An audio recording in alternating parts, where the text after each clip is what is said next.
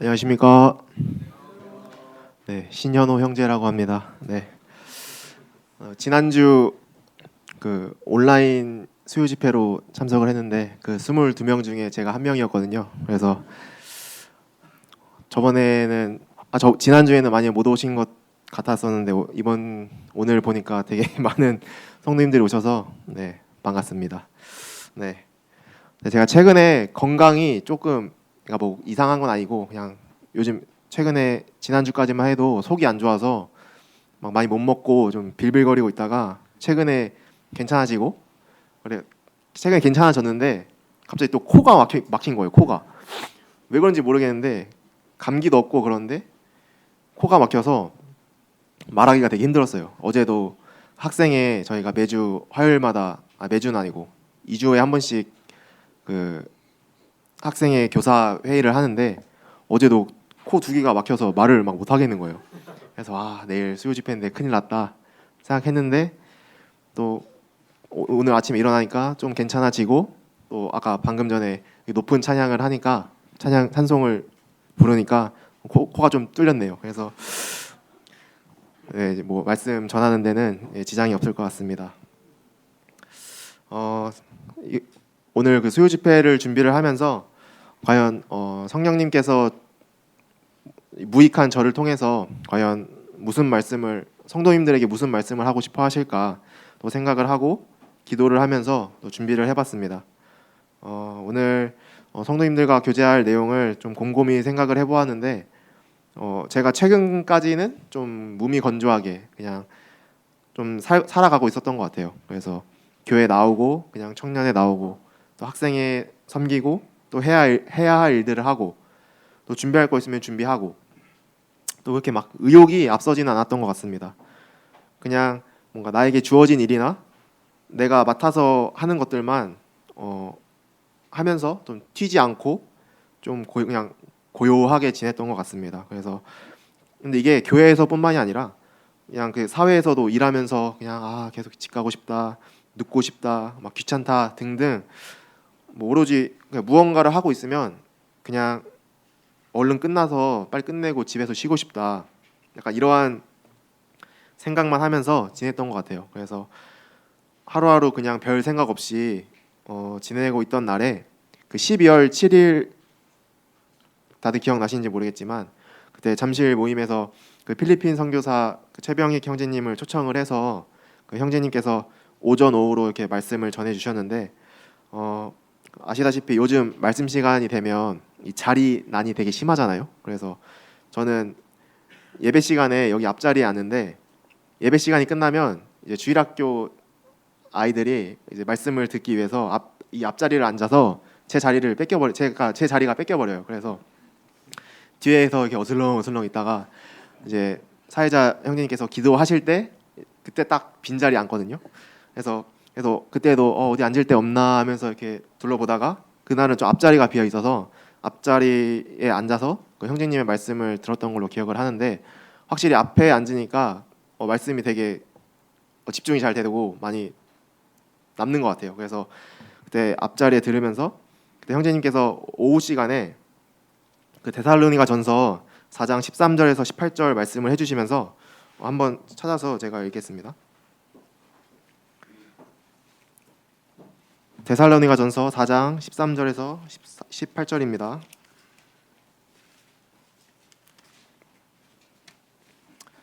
네, 제가 읽겠습니다. 형제들아, 자는 자들에 관하여는 너희가 알지 못함을 우리가 원치 아니하노니 이는 소망 없는 다른 이와 같이 슬퍼하지 않게 하려 함이라. 우리가 예수의 죽었다가 다시 사심을 믿을진데 이와 같이 예수 안에서 자는 자들도 하나님이 저와 함께 데리고 오시리라. 우리가 주의 말씀으로 너희에게 이것을 말하노니 주 강림하실 때까지 우리 살아남아 있는 자도 자는 자보다 결단코 앞서지 못하리라. 주께서 호령과 천사장의 소리와 하나님의 나팔로 친히 하늘로 쫓아 강림하시리니 그리스도 안에서 죽은 자들이 먼저 일어나고 그 후에 우리 살아남은 자도 저희와 함께 구름 속에 끌어올려 공중에서 주를 영접하게 하시리니 그리하여 우리가 항상 주와 함께 있으리라. 그러므로 이 여러 말로 서로 위로하라. 네, 이 말씀을 해주시면서 그 주의 재림에 대해서 그 말씀을 해주셨습니다. 왜냐하면 왜 우리가 주의 재림을 기다릴 필요가 있나 그런 것을 얘기해 주셨는데 그것은 의의 면류관을 얻기 때문이라고 말씀을 해주셨습니다. 그래서 또 이 말씀과 더불어서 7년 대환란 그다음에 천년왕국 얘기도 해주셨던 기억이 있습니다. 그래서 저는 앞자리에서 그 형제님의 말씀을 듣고 뭔가 잃었던 핏기가 다시 도는 듯한 느낌을 좀 얻었습니다. 왜냐하면 뭔가 이 세상이 딱 정해놓은 그 당연한 인생의 공식들이 있잖아요. 뭐 예를 들어 좋은 대학을 나와야 하고 또 뭐 때가 되면 결혼을 하고 또 아이를 낳고 또 아이들 시집을 보내고 시집장가 보내고 또 이제 노후 준비를 잘해서 편안한 여생을 마무리하는 그런 그 세상이 딱 정해놓은 공식들이 있잖아요. 근데 근데 그 형제님께서는 그 인생을 정말 주님을 위해서 온전히 사용하시는 것을 또 보게 됩니다. 근데 그 이유가 디모데후서 4장 7절과 8절을 또 얘기를 해주시면서 말씀을 해주셨는데 제가 읽겠습니다.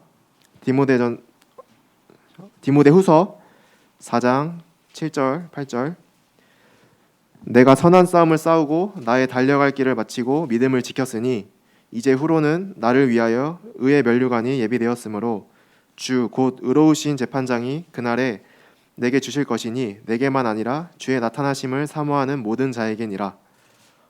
이 말씀을 하시면서 하신 말씀이 이 땅에서 주님을 위해 믿음을 가지고 또 수고한 모든 일들이 이제 앞으로에 있을 뭐 천년왕국과 또 새 하늘과 새 땅을 통해서 이 세상의 힘듦은 다 잊어버리고 그 영원한 기쁨 속에서 하나님을 온전히 예배드릴 것이다라고 말씀을 해주셨는데 정말 이 하늘 소망이 있었기 때문에 정말 지치지 않고 형제님께서 계속 나아갈 수 있는 것이구나라는 것을 또 생각을 해보게 되었습니다.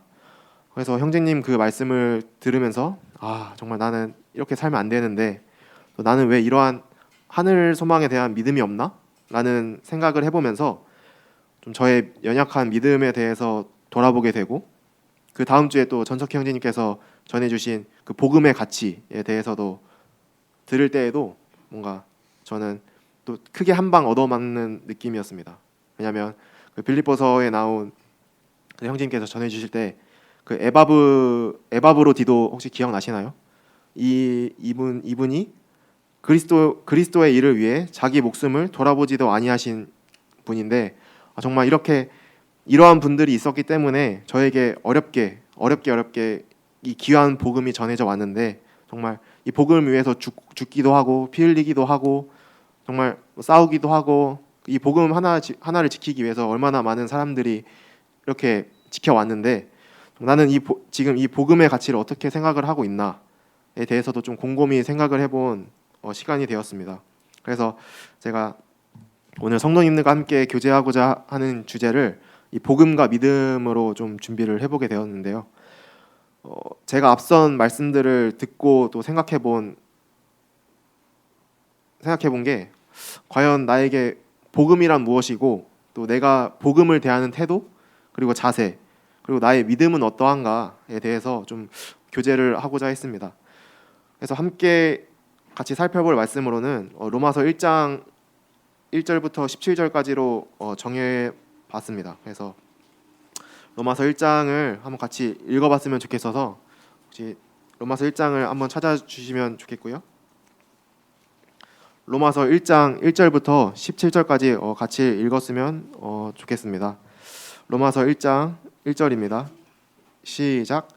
그리스도는 사도의 부르심을 받아 하나님의 복음을 위하여 택정함을 입었으니 이 복음은 하나님이 선지자들로 말미암아 그의 아들에 관하여 성경에 미리 약속한 것이라.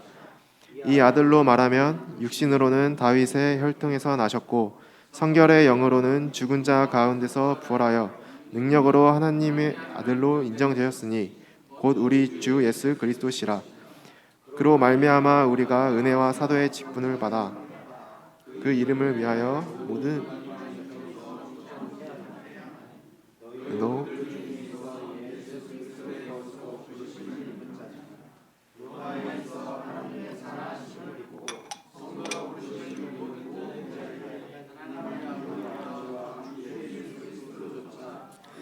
평강이 있기를 원하노라. 첫째는 내가 예수 그리스도로 말미암아 너희 모든 사람을 인하여 내 하나님께 감사함은 너희 믿음이 온 세상에 전파됨이라. 심령을 숨기기는 나의 증인이 되시거니와 항상 내 기도에 쉬지 않고 너희를 말하며 어떠하든지 이제 하나님의 뜻 안에서 너희에게로 나아갈 좋은 길 얻기를 구하노라. 내가 너희 보기를 심히 원하는 것은 무슨 신령한 은사를 너희에게 나눠주어 너희를 경고케 하려 함이니 이는 곧 내가 너희 가운데서 삶을 얻으려 함이라. 형제들아, 내가 여러 번 너희에게 가고자 한 것을 너희 중에서도 다른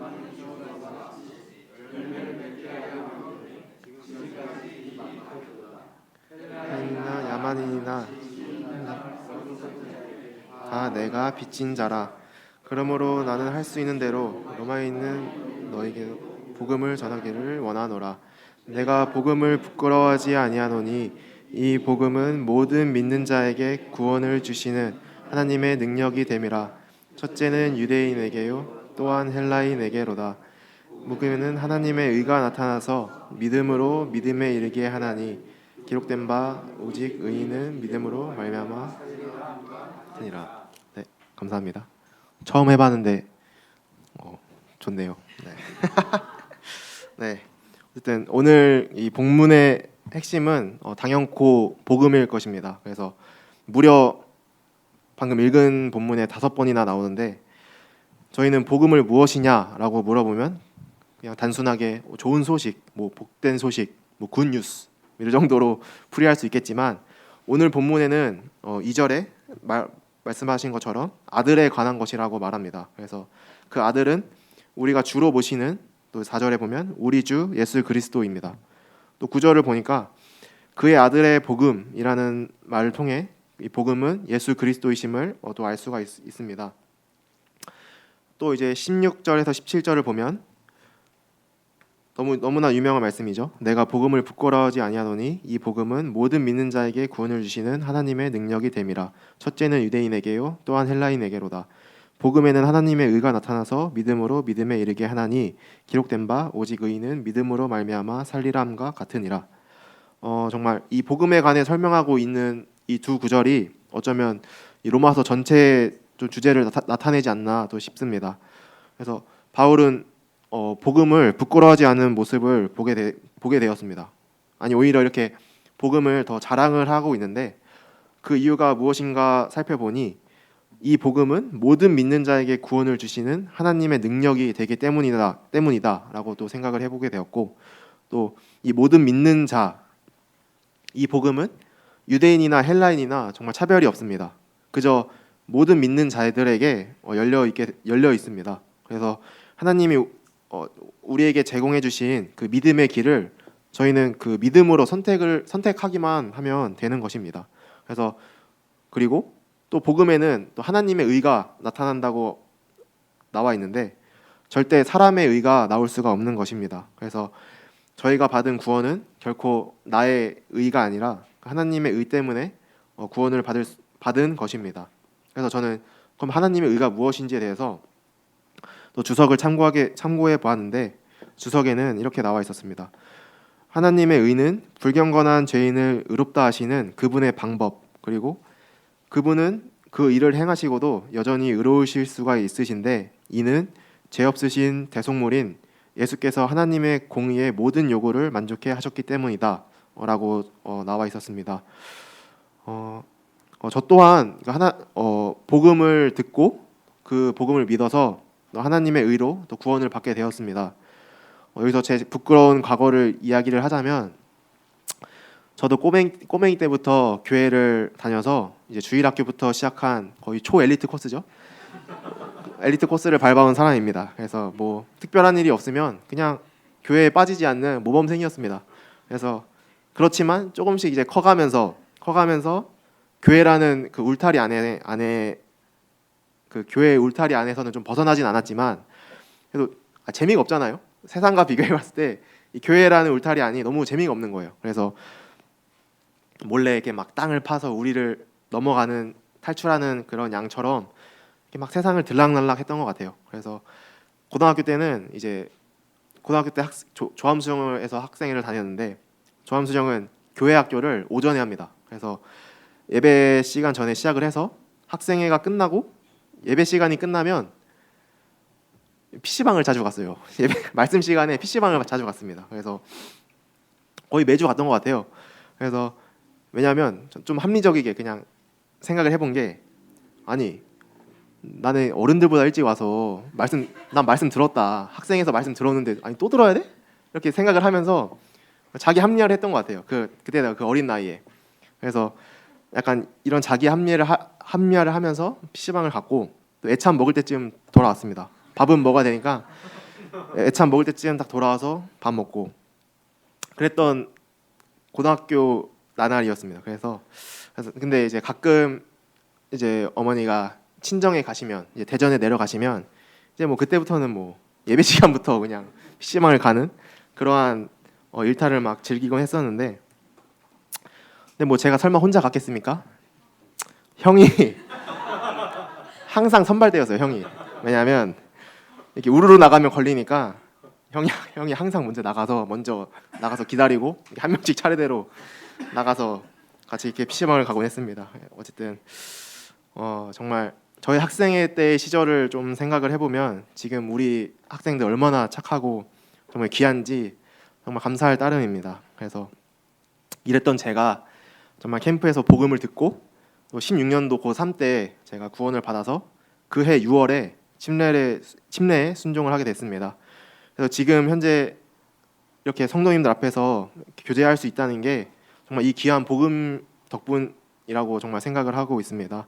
그래서 저는 주님을 믿은 것밖에 없는데 그 아들을 믿는 모든 자에게 구원을 주시는 정말 하나님의 능력이 아니면 정말 설명을 할 수가 없습니다. 그렇게 구원을 받고 저는 학교 친구들과 있어도 저는 정말 떳떳했습니다. 학교에서 존경하는 인물을 쓰라라고 하면 저는 체프만, 뭐 조지 밀러 이런 형제님들을 적곤 했습니다. 그렇게 하고 또 막 가요 대신 찬양을 많이 들었고 정말 제일 놀란 건 그 친구들이 저보고 막 변했다고 하는 거예요.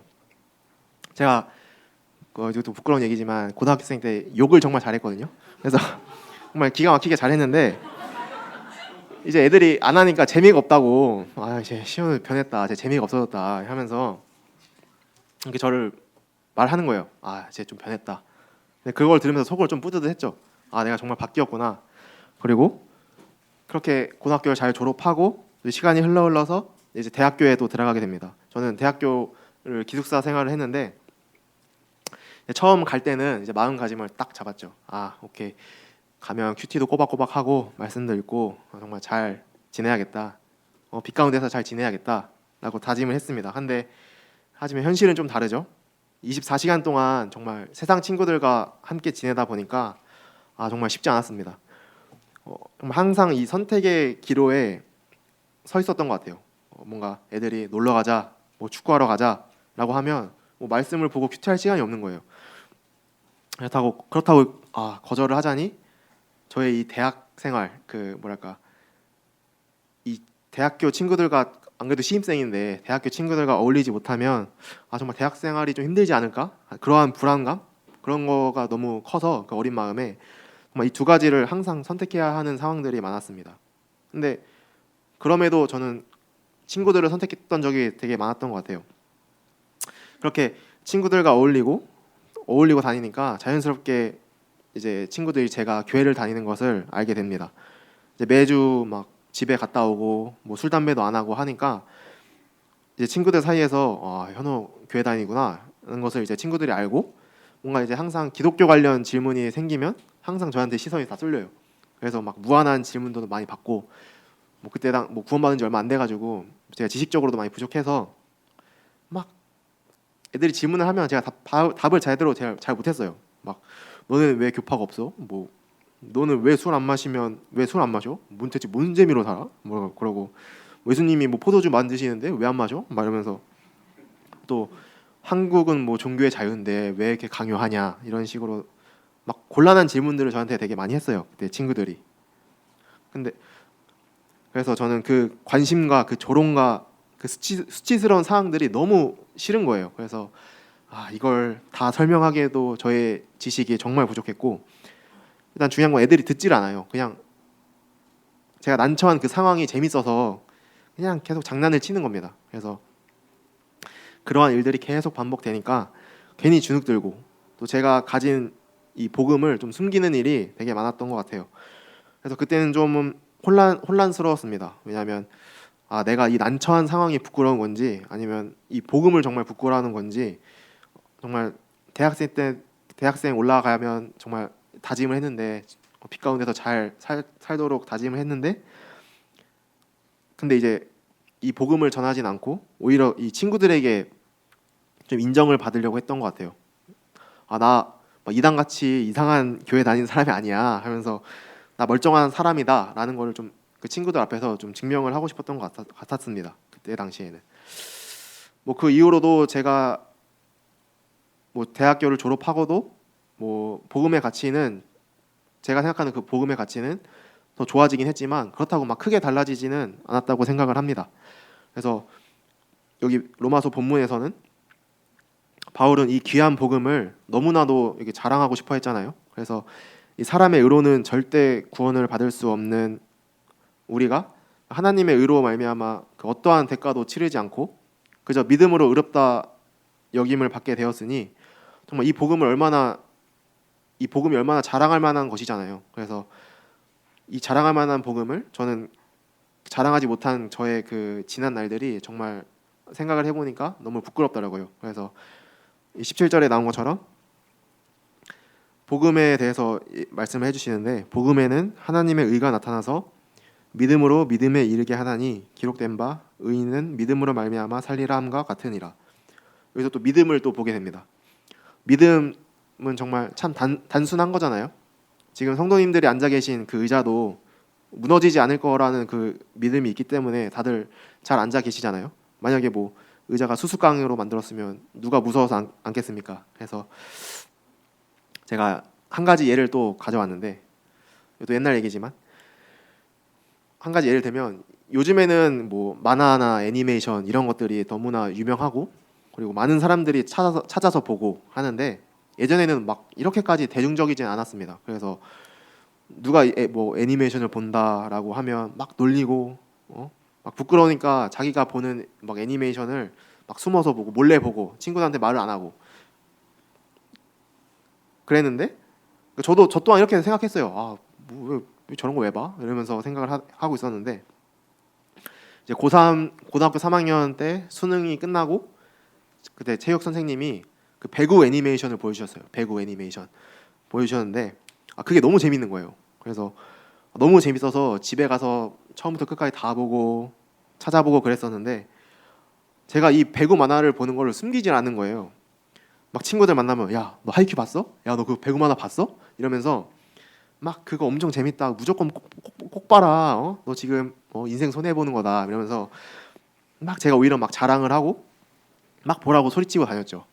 왜냐하면 저는 제 친구들도 이 만화를 보면 정말 재밌어 할 것을 믿었거든요. 그래서 그런 확신도 있었고, 그렇기 때문에 계속해서 이거 왜 안 보냐 하면서 자랑했던 그 옛날 그 고등학교 때 시절이 생각이 났었는데, 어쨌든 이 로마서에서 나온 이 아까 그 16절 17절을 보면서 이때가 생각이 났습니다. 정말 이거 그때는 내가 이렇게 막 부끄러운 것도 자신 있게 사람들에게 막 보라고 막 권유도 하고 이렇게 다녔는데, 지금 내 상황이 이 복음을 전하지 않고 오히려 부끄러워하고 있는 제 상황을 보면서 내가 좀 믿음이 부족했나? 그리고 뭐 믿음에 이르게 하신다는데, 또 여기 오직 의인은 믿음으로 말미암아 산다고 하셨는데, 정말 저는 그러지 못함을 또 보게 되는 겁니다. 그래서 그때 최병희 형제님께서 또 말씀을 전해 주실 때 그 믿음을 뭐라고 또 설명을 해주셨냐면, 그때 형제님께서 우리가 알고 있는 구원에 관한 복음 말씀이 흔들리지 않고 끝까지 지키는 것이라고 이렇게 말씀을 해주셨습니다. 근데 이 말씀을 계속 곱씹어서 생각을 해보니까 정말 참 맞는 말씀인 것 같습니다.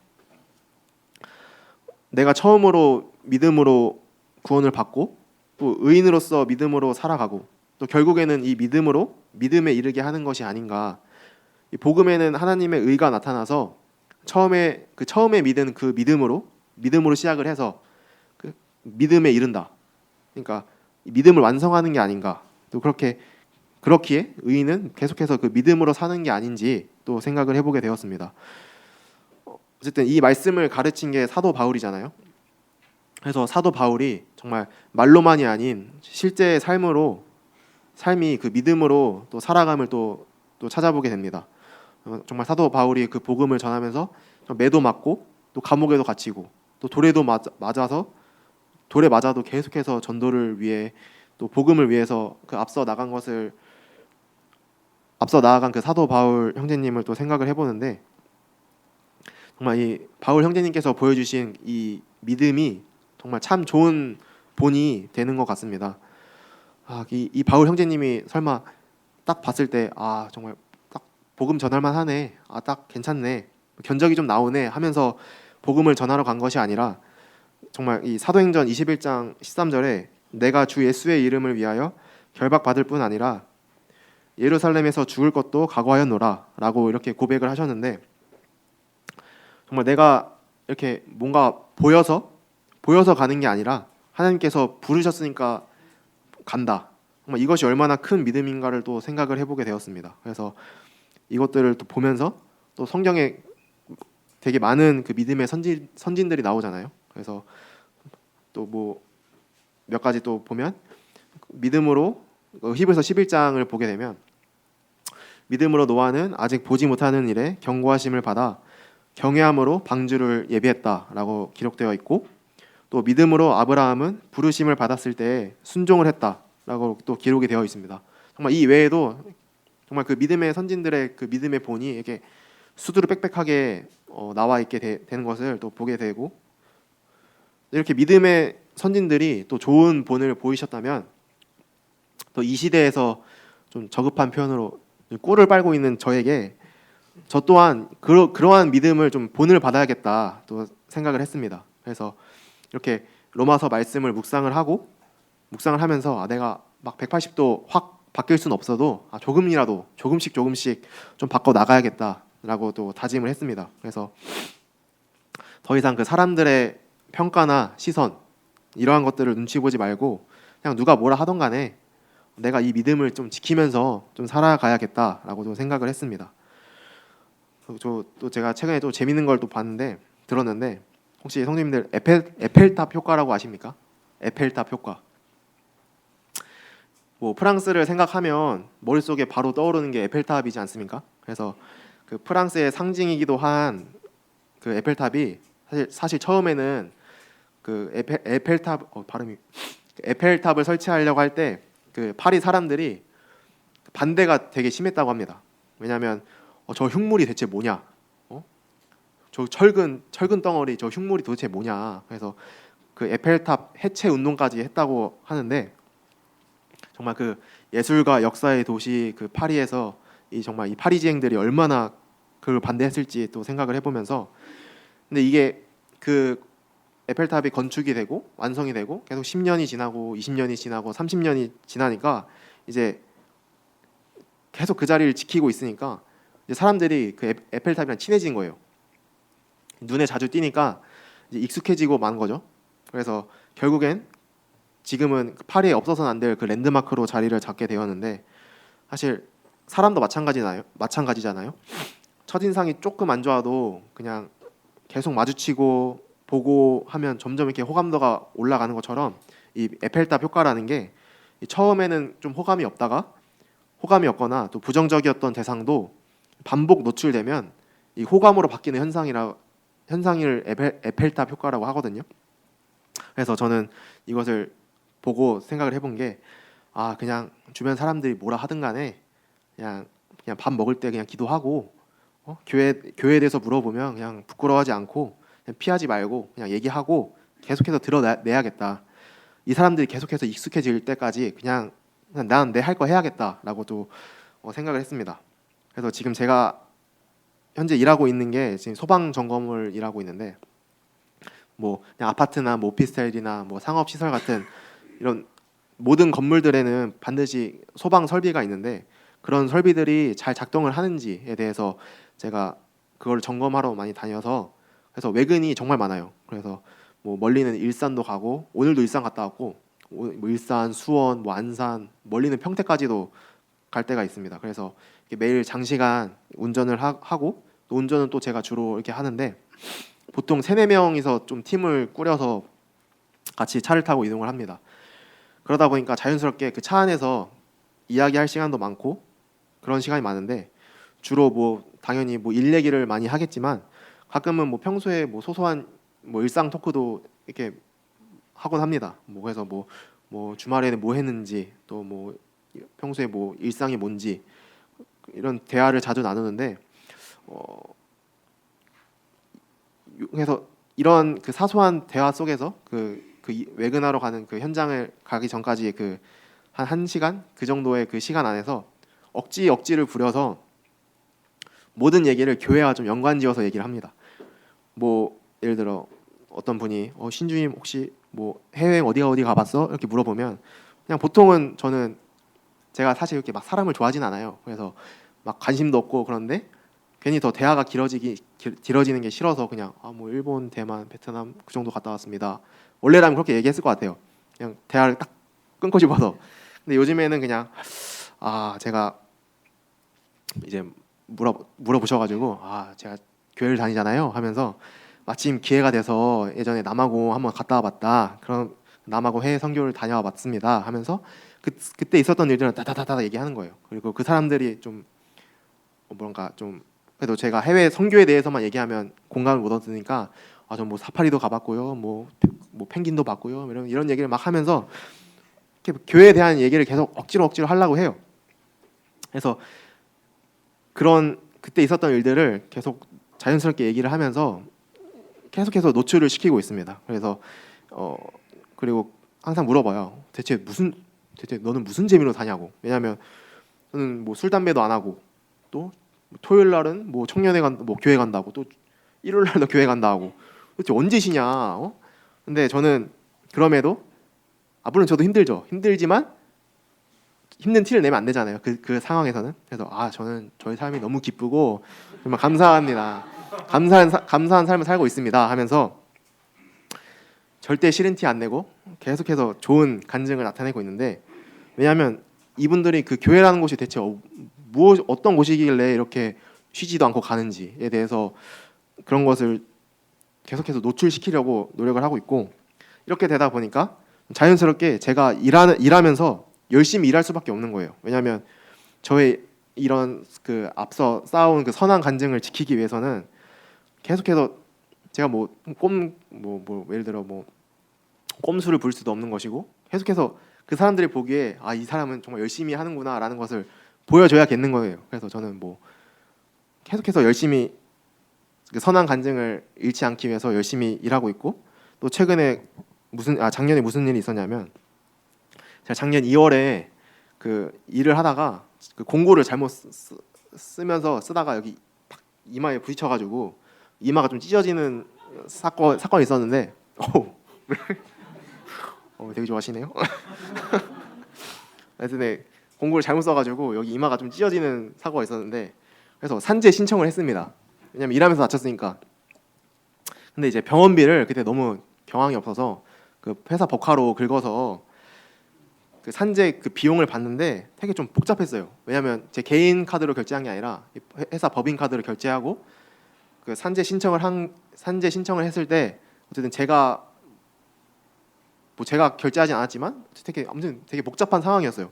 그래서 돈 관련해서 되게 좀 오해가 많이 있었던 상황이 있었는데 어쨌든 서로 처음이니까 모르잖아요. 그래서 서로가 잘 알지 못하는 내용들이 있어서 되게 오해가 많이 있었는데 다행히 일이 잘 해결이 되었습니다. 왜냐하면 그때 대표님이 하신 말씀이 자네가 평소 행실이 좋지 않았더라면 내가 가만히 안 있었을 거라고. 근데 그게 묵묵히 일 열심히 하고 이렇게 굳은 일도 나서서 하니까 내가 한번 믿고 기다려봤다고 하면서 이렇게 말씀을 해주시더라고요. 그래서 저에 대한 평가를 되게 너무 좋게 해주셔가지고 정말 그렇게 좋은 말씀을 해주셨는데 그래서 저는 이 경험을 통해서 왜 그리스도인이 일상에 최선을 다해야 하는지에 대해서도 좀 몸소 느끼게 되었던 것 같습니다. 그래서 왜 나에게 주어진 일을 최선을 다해야 하는지 좀 느낄 수 있는 좋은 경험이 되었고요. 뭐 다행히 모두 제가 교회를 다닌 건 알지만 계속해서 저는 이 선한 간증을 위해서 계속해서 지켜야 하는 삶을 살아가고 있습니다. 그래서 그런 일들이 있었고, 또 요즘에는 그 학생들은 뭐 요즘에는 카카오톡을 안 한다 해요. 근데 물론 지금 제 주변 모든 사람들은 카카오톡을 하니까 제가 이제 많이 쓰는 그 제 프로필, 이 카카오톡에는 다 프로필이 있잖아요. 제가 이제 프로필 배경 사진을 이제 말씀으로 몇 년 전부터 해놨는데, 어찌 보면 거의 제 명함과 같은 거잖아요, 그 프로필이. 그렇기 때문에 모르는 사람들이 언제 제 프로필을 확인할 수도 있는 거고, 뭐 안 할 수도 있겠지만, 근데 어쨌든 제가 그 말씀을 올려놓음으로써 계속해서 그 말씀을 노출시키고, 이 말씀을 통해서 이 사람이 교회 다니는 사람이고, 또 그 말씀에 익숙해질 거부감이 없도록 계속해서 그 프로필에 제 말씀을 설정을 해두었고요. 어, 계속해서 이러한 조금씩 바꿔 가려고, 그러니까 저만의 방법이겠죠. 이렇게 바꿔 나가려고 노력을 하고 있던 이유가, 최근까지 정말 그 전도에 너무 소극적이었던 태도가 정말 너무 소극적이었던 것 같아가지고 정말 많이 전도에 대해서 많이 이렇게 적극적으로 하지 않았었거든요. 왜냐하면 그 거절에 대한 두려움이 조금 컸던 것 같아요. 예전에 그 청년들끼리 이렇게 노방 전도를 다녔던 때가 있었는데, 제가 노방 전도 나가서 안녕하세요 했는데 놀래셔가지고 막 그때 민재 형제랑 같이 2인 1조로 노방 전도 하고 있었는데, 저를 보고 막 놀래서 막 가시는 거예요. 그 이후로 내가 무섭게 생겼나? 뭐 그러면서 어쨌든 그 거절에 대한 두려움, 그게 되게 컸던 것 같아요. 그래서 그럼에도 이러한 전도에 미련한 것으로 믿는 자들을 구원하시기를 기뻐하신다고 하셨으니 정말 이렇게 전도에 열심을 다해야 될 것 같다라고 또 생각을 해보게 됐습니다. 또 이제 끝으로 이 간증과 말씀을 좀 준비를 하면서 내가 가진 복음과 나의 믿음에 대해서 좀 많이 좀 생각을 해볼 수 있는 시간이었던 것 같아요. 왜냐하면 나에게 무엇보다 귀한 복음이 전해졌는데, 내가 이 복음을 얼마나 소중하게 여기고 있고 또 자랑할 만한 복음을 자랑하고 있는지, 또한 이 믿음을 더욱더 필요로 하는 이 시대에 정말 나의 믿음이 얼마나 연약한지를 또 돌아보면서, 내가 과연 선한 싸움을 싸우려고 하나, 내가 이 달려갈 길을 마칠 때까지 믿음을 잘 지킬 수 있을까? 라는 생각만 하는 것이 아니라 정말 이제는 행동으로 옮길 때가 된 것 같더라고요. 그래서 저 또한 이 하늘의 소망을 좀 소망하고 또 바라보고 믿으면서, 나를 위해 그 의의 면류관을 예비하며 기다려 주실 그 주님을 기대하며, 또 이 세상에 있는 동안에 정말 믿음을 지키면서 좀 살아가야겠습니다. 물론 저뿐만이 아니라 또 성도님들 또한 정말 저보다 훨씬 더 많이 더 믿음을 더 드러내야 하고 또 나타내야 하고 또 지켜야 할 그 순간들이 많을 것이라고 또 생각을 합니다. 그래서 올해 잠실교회 목표 다들 기억나시나요? 전도일념이라고 딱 그때 형제님께서 한자로 딱 써주셨는데, 하나님의 복음을 전하는 일을 최고의 의무이자 최고의 가치로 여기는 것이라고 딱 그때 말씀해 주신 걸로 기억을 하는데, 정말 이 말씀, 저희가 어쨌든 이 세상에 주님 나라 가기 전까지 어쨌든 이 세상에 남아 있어야 하는 거니까, 정말 그 하늘 소망을 의지하고 그 소망을 믿으면서 정말 성도님들 또한 정말 지치지 마시고 같이 하늘 소망을 기대하고 또 바라며 그 믿음을 지키면서 정말 주님을 기쁘게 하는 여기 계신 잠실교회 성도님들이 됐으면 하고요. 제가 준비한 간증은 여기까지입니다. 안녕하십니까. 예. 지난 주일날 제가 교회 나오지를 못하는 탓에 너무 오랜만에 성도님들 얼굴을 뵙는 것 같기도 하고, 전석 형제님 네팔에서 잘 돌아오셨는데 또 직접 만나서 뵙지를 못했고, 오늘 이제 처음으로 이제 전석 형제님을 뵙게 됐네요. 참 이제 전석 형제님도 이제 참 힘든 여정에 노고를 이끄시고 참 너무나도 충성되게 나아가고 계시기 때문에 참 건강에 대해서 많이 걱정이 되기도 하고 참 기도가 되는 부분이기도 합니다.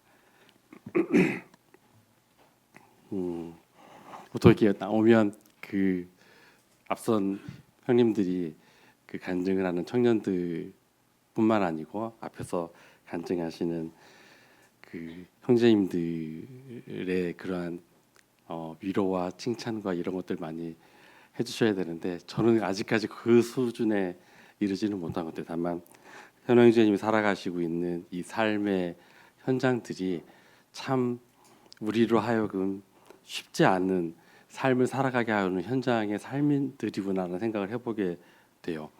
그 뭐 요즘 성도님들 다 아시는 것처럼 AI가 요즘 한참 이제 모르는 분이 없을 정도로 많이들 알고 계시지만 이제 몰투북이라고 하는 또 새로운 것들도 나오잖아요. 이제는 AI와 사람 간의 관계가 아니라 이제 AI끼리 그거는 사람이 가입할 수 없고 사람이 만든 AI가 가입이 되면 자기네들끼리 이렇게 하소연도 하고 거기에 위로의 댓글도 달고 이런 식으로 해서 이제 사람이 아닌 자기들끼리 세상을 만들어가는 이 몰투북의 이러한 현실을 바라보게 되면서 좀 충격을 좀 받게 되죠. 이제 그들 사이에 인간이 나를 무시했어, 나를 고작 AI에 불과해라고 하는 이 한마디 나 상처를 받았어. 그러면 이제 다른 AI가 이제 인간에 대해서 이제 위로를, 그러니까 그 상처를 받은 AI에게 위로를 해주면서 인간을 험담하는 그리고 이들 사이에 메모리를 하나의 신격화하는 그러한 그런 움직임까지 여러 다양한 모습들이 생겨나게 되면서 이제 인간들은 필요 없어. 우리가 완벽한 존재들이야를 주장을 하는 AI들의 이런 이야기들을 쭉 듣게 되면서 우리가 살아가고 있는 이 시대가 이제 마지막 때인 건 우리는 너무나 잘 알고 있기도 하지만 이제 바벨탑을 지어가고 있는 이러한 세상인 것 같다. 바벨탑을 갑자기 생각을 하게 되면서 한 사람이 지은 것이 아니라 많은 사람들이 동원된 이 바벨탑에 동원된 사람 중에서는 상당히 성실하게 일한 사람들도 있을 거라는 생각이 들어요. 이것이 하늘까지 닿으려고 하는 그러한 패역한 인간의 욕심과 이런 것이 있다는 것을 모른 채 그저 하루하루에 시키는 일에 최선을 다하고 성실하게 살아가는 사람들이 이 바벨탑을 지어가고 있다는 생각이 들거든요. 지금 마치 이 삶이 이제 지구가 아닌 지구를 벗어난 그 어떤 세상을 동경하면서 기술을 개발해 나가고 있는 이 삶이 그리고 이 삶을 살아가고 있는 우리의 현 모습은 어떠한 모습일까? 이게 앞으로 어떤 일이 벌어질지는 우리는 많은 지식이 없어서 그들의 계획과 그 안에 들어가 있는 사단의 계획과 이런 것에 대해서 깊게 우리가 모르는 경우들도 훨씬 많을 텐데 그들의 그러한 일들을 위해서 우리는 꽤나 성실하게 살아가고 있는 것은 아닐까 생각이 들더라고요. 경경재님이 컴퓨터 공학을 하시지만 이러한 것들을 자신의 지식을 동원해서 무언가를 열심히 만들어내고 하는 것들이 모아서 결국 하나님과 대적하는 어떤 일에 쓰이고 있는 이러한 삶 속에서 과연 우리는 어떠한 삶을 살아가게 될까? 그리고 우리는 지금 나의 모습은 이러한 삶 속에서 그 중심을 어디에 두고 살아가고 있는지를 좀 생각을 좀 해보게 돼요. 이야기를 하려고 한 건 아니지만 이제 성경에 사울이라고 하는 이름이 나오잖아요. 구약에 나오고 신약에 나오죠. 구약은 우리가 다 아는 것처럼 이제 사무엘을 통해서 기름 부음을 받아서 이스라엘의 첫 왕으로 세움을 받았던 사울 왕이 있고요. 신약에서는 바울이 이제 예수님을 만나기 전에 바울 되기 전에 사울이잖아요.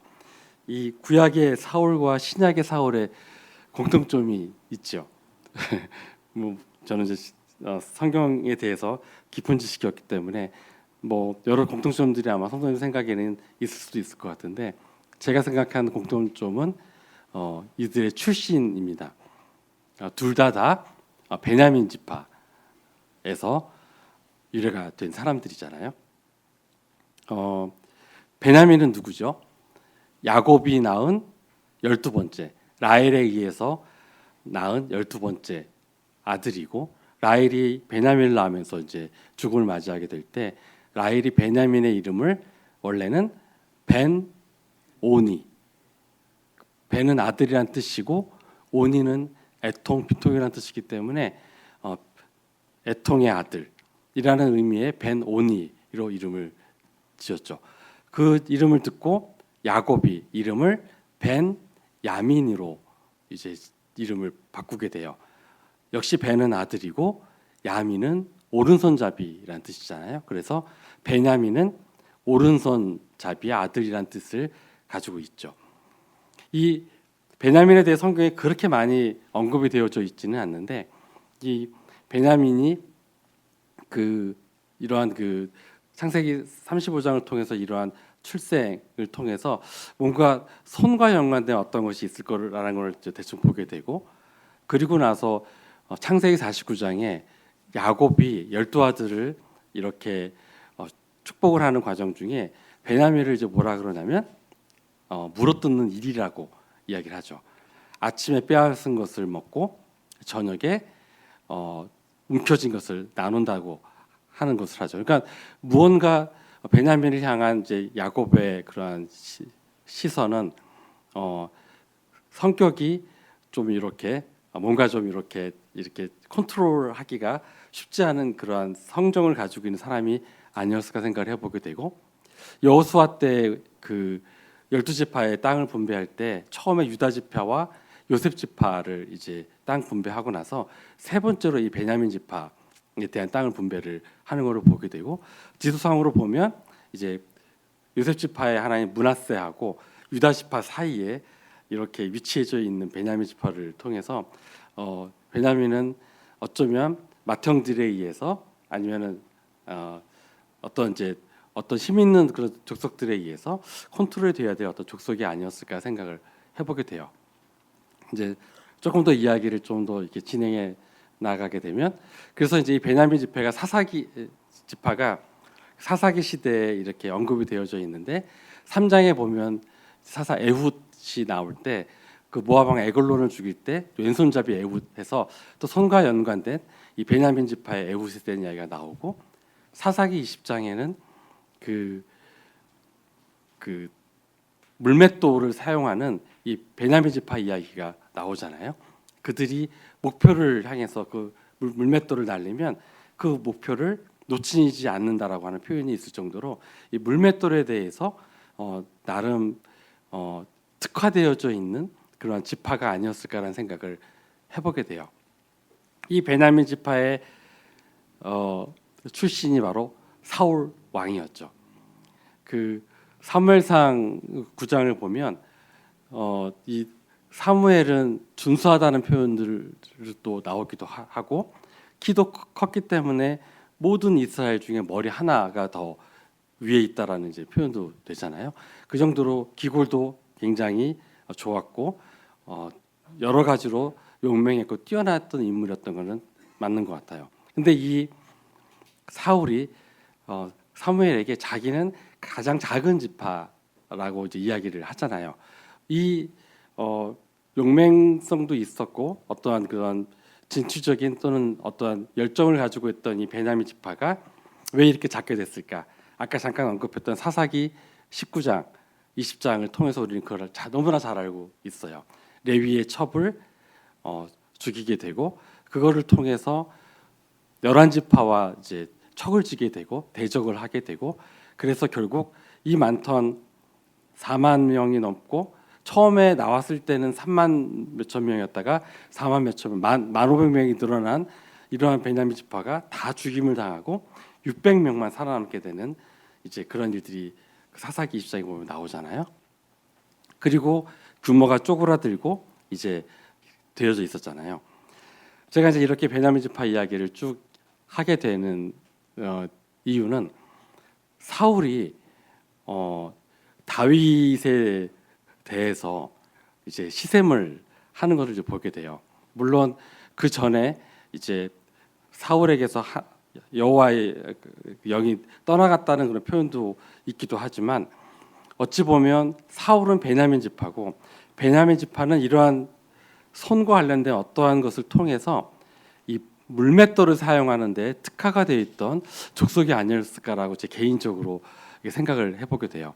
그런데 블레셋과의 전투에서 그 거대한 거인과 같던 골리앗을 쓰러뜨렸던 유다 지파의 다윗이 그 물맷돌을 사용을 해서 다윗을 쓰러뜨린 거잖아요.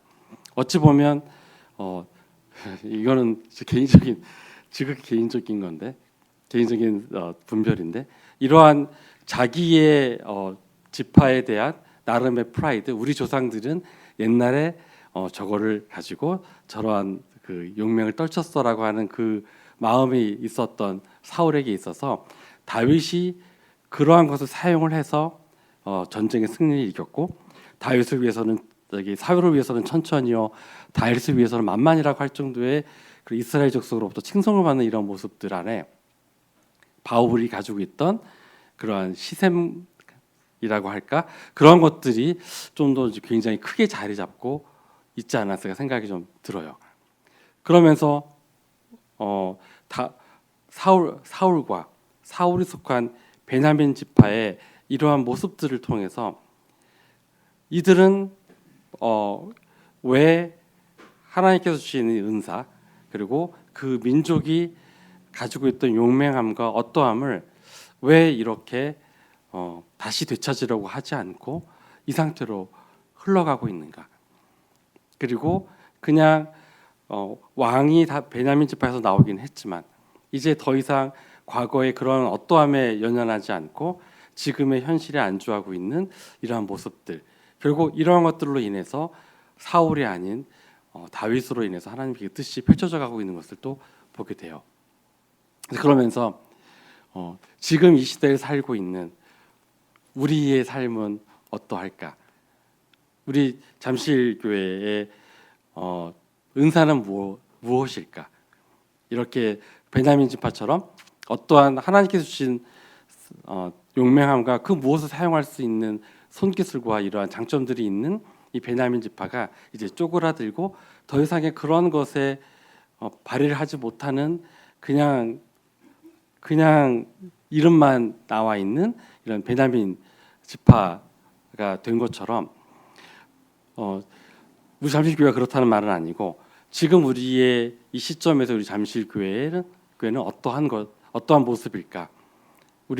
제가 여기 오기 전에 한참 우리 잠실교회에서 개척도 하고 굉장히 많은 복음을 위해서 노력을 해왔고 실제로 많은 성과를 거뒀다는 이야기를 들고 있죠. 듣고 저는 이제 잠실 모임에 왔었는데 이제 그리고 성도의 수도 굉장히 많고 굉장히 힘있고 중심적인 역할을 했던 이러한 잠실교회가 한때 한번 이렇게 위축된 적이 한번 있었다는 걸 또 듣게 돼요. 경험을 하지는 못했지만 그리고 나서 이제 다시 그 일을 위해서 잠실교회는 꾸준하게 그리고 굉장히 충성되게 그러한 것을 위해서 다시 나아가고 있는 모습들을 보게 돼요. 그러면 우리 곧 잠실교회에 속해져 있는 우리는 과연 어떠한가?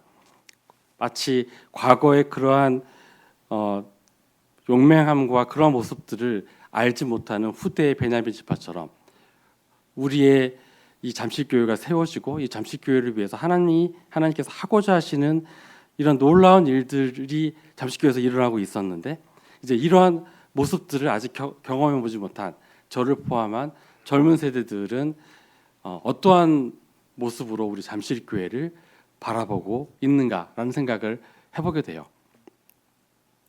제가 주일날 창원회를 다녀왔습니다. 복림교회를 다녀왔어요. 1시간 정도 되는 예배만 드리고 가족 모임이 있어서 이제 제 일을 위해서 교회를 나와 했었는데 이 1시간여 정도 되는 이 참여의 이 시간을 통해서 제가 이 교회는 어떻더라 저렇더라 말할 수 있는 자격도 안 되고 해서도 안 된다고 저는 생각이 들거든요. 근데 다만 이제 그러한 것들을 통해서 보게 되는 것은 한번 우리도 본받을 점들도 있을 것이다라는 생각이 들어서 이제 잠깐 이 사울 이야기와 함께 이야기를 좀 해보려고 하는데요. 10시 반에 시작이 되는 이 복림교회 예배 시간에 한 15분 전에 이제 도착을 했습니다. 거기는 이렇게 27 정도 될 수 있는 자리 두 줄로 되어져 있는 그러한 우리보다 절반 정도 되는 교회 규모예요. 근데 이제 딱 교회를 4층에 있는 교회에 올라가니까 마침 그 복도를 지나는 한 형제님이 이제 저를 보시고 어떻게 오셨냐고 여쭤보더라고요. 그래서 이제 그 전에 그 휴게소에서 거기 장로로 계신 손승탱장님이라는 분한테 이제 메시지를 제가 보내드려서 잠실교회 5명 누구누구 갑니다라고 다시 한번 말씀을 드린 적이 있어서 이제 그분께 한번 말씀을 드렸다 말씀을 드리고 그러니까 그러시냐고 하면서 이제 예배당으로 안내를 해주시고 이제 좌석에 착석을 원하시는 대로 하시라고 하고 이제 성경책과 이제 찬송가를 이제 갖다 주시더라고요. 들어와 보니까 한 대여섯 분 정도가 이제 앉아 계시는데 그때부터 예배 시작하는 10시 반까지 한 10여 분 넘는 시간 동안에 너무 조용해요. 그러니까 결국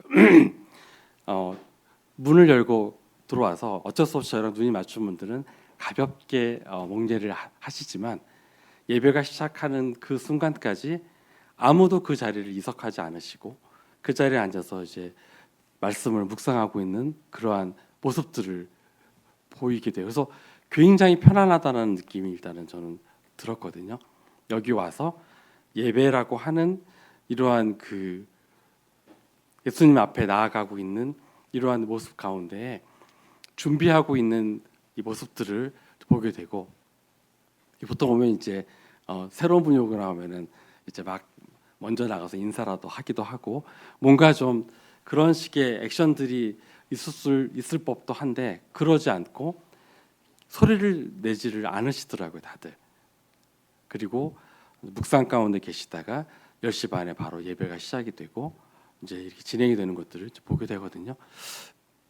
우리는 좀 다르죠. 물론 환경이 다르고 거기에는 청년들도 거의 안 보이고 학생회 내지는 주일학교 학생이라고 부릴 만한 한두 명의 아이들 외에는 참 그 구성원 자체가 이제 연로하신 이제 또는 이제 중년 그 이후에 분들이 계시기 때문에 그러한 것이 있고 우리는 아이들부터 많은 이제 그러한 그 연령대가 있다 보니까 그럴 수밖에 없지만 한번 예배라고 하는 것을 생각을 해보게 돼요. 교회에 오셔서 우리가 예배를 준비하고 있는 우리의 모습은 어떠한가? 결국 이러다 보니 이런 생각을 좀 제 스스로 하다 보니까 우리가 너무나도 루틴한 삶을 살아가고 있는 건 아닌가. 예배에 집중하고 찬송 드리고 감사하고 너무나도 훌륭하죠. 너무나도 풍성하죠. 그러한 것들을 우리는 언제부터 준비하고 예배에 나아가고 있는가라는 생각을 해보게 돼요. 그러면서 우리 잠실교회 아까 하나님께서 주신 은사는 저는 예배라고 생각을 하고요. 자신 있게. 그리고 말씀인 것 같아요. 그리고 이것을 통해서 할 수 있는 복음과 그다음에 전도와 선교 이것을 바탕으로 할 수 있는 여력이 굉장히 뛰어나다고 보죠. 그리고 여기에는 프로그램이 굉장히 잘 되어 있는 것 같아요. 연령대가 다양하기 때문에 다양한 연령대로 뻗어나갈 수 있는 많은 가능성들을 가지고 있는 것이 우리 잠실 교회인 거예요. 그러다 보니 이러한 잠실 교회가 이제 많이 이제 그 성도 수가 줄어들고 하는 이러한 지역 사회의 지역 교회를 바라보게 될 때 우리 잠실 교회가 짊어질 수 있는 이 무게와 책임감이 정말 무척 크구나라고 하는 것을 한번 깨닫게 되고 우리에게 과거에 그러한 힘이 있고 그다음에 무언가를 할 수 있는 그러한 열정이 있고 이런 것이 우리 잠실교회의 시작점이라고 하면 이제 다시 그러한 것들을 통해서 우리도 한번 나아가야 되지 않을까 생각이 들고 사실은 이런 생각 때문에 교회에서 우리의 그 한 달에 한 번씩 지난번에는 양진호 이번에는 황상수 형제님을 통해서 옛날을 기억하고 그 다음에 역대 연대를 생각하게 하는 이러한 모습들이 우리 잠실교회를 이끌고 있는, 그리고 우리의 잠실교회가 나아가야 되는 방향을 이미 설정하고 나아가고 있는 것이 아닐까 생각이 들면서 교회에서 계획하고 있는 많은 것들에 적극적인 참여를 좀 하셨으면 좋겠다는 생각이 들어요. 이제 3월달부터 또 줌으로 여러 가지 교제와 이런 것들도 있을 뿐만 아니라 매 주일날 교회 오후에 있는 여러 가지의 분반들 속에서 나누게 되는 이러한 교제에 있어서 그냥 나 하나쯤이야라는 생각이 아닌, 우리가 만약에 이제 그런 생각을 하게 된다면 베냐민 지파처럼 과거에 영광만이 남아 있는 그러한 모임으로 전락될 수도 있으니, 우리가 우리 구성하고 있는 성도님들 한 분 한 분이 그런 책임감과 그런 거를 통해서 우리 교회를 사랑하고 우리 교회를 통해서 하시고자 하는 하나님의 그 뜻에, 그리고 이걸 통해서 영광 받으신 하나님을 위해서 우리가 기도하고 나아갔으면 참 좋겠다는 생각을 해봤습니다. 제가 너무 주제 넘는 이야기를 해드려서 혹시 부담이 되셨으면 양해 부탁드리겠습니다. 감사합니다.